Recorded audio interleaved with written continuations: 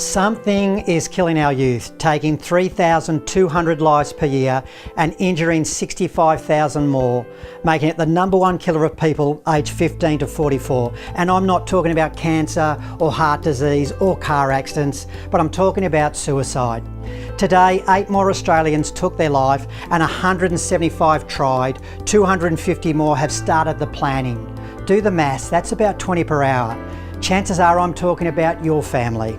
If only the same passion we have on things like climate change and the urgency to act now was given to our ailing mental health.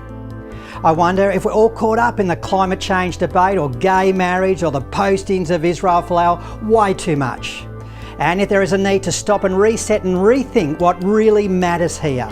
If I were running for office, my #1 initiative to sell all Australians would be zero self-harm. Let's stop the rot.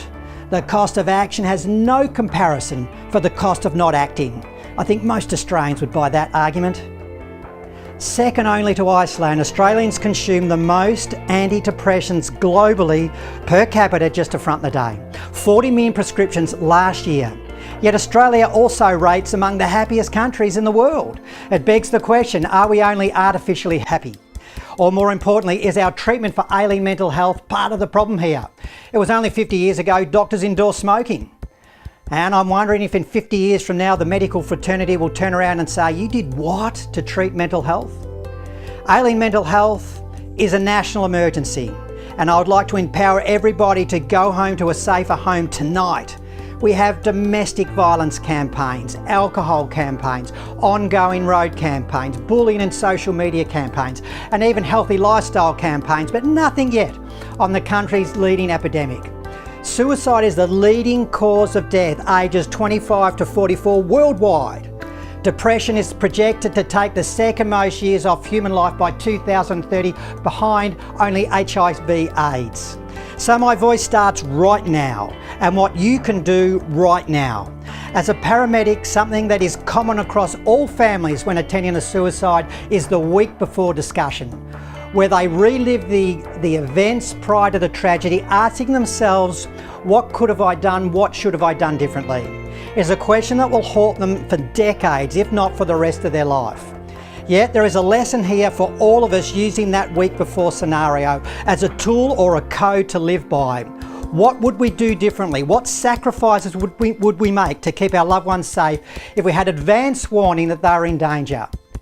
Well, our work would take a lesser priority. Efforts would be made to check in on people. A busy home with people shoved in rooms would be replaced with intimate family times. Social media would absolutely take a back seat to the here and now connections. Could it be that simple? Regular practice with the week before scenario will take you off remote control and help you to engage with those you love and at a new level, like having the suicide conversation with your family and friends today. If you're not having the conversation with your family, guess what? Somebody else a whole lot less qualified or perhaps more influential than you most certainly is. Remember, kids talk on suicide like they do about what they're having for lunch. And on a footnote, there is no evidence to say that having the conversation brings it on, but all the evidence in the world to suggest that not having the conversation just might. The bottom line is every suicide is a tragedy, a preventable tragedy, and we as a community must do all we can to combat it, and the first step in solving a problem is admitting that the problem exists and that it could be in our homes. From there we can then look into solutions and the realisation that each and every one of us can do something to protect those we love, including ourselves. Sometimes the obvious is right in front of our nose, but we look everywhere else and blame everyone else to find solutions.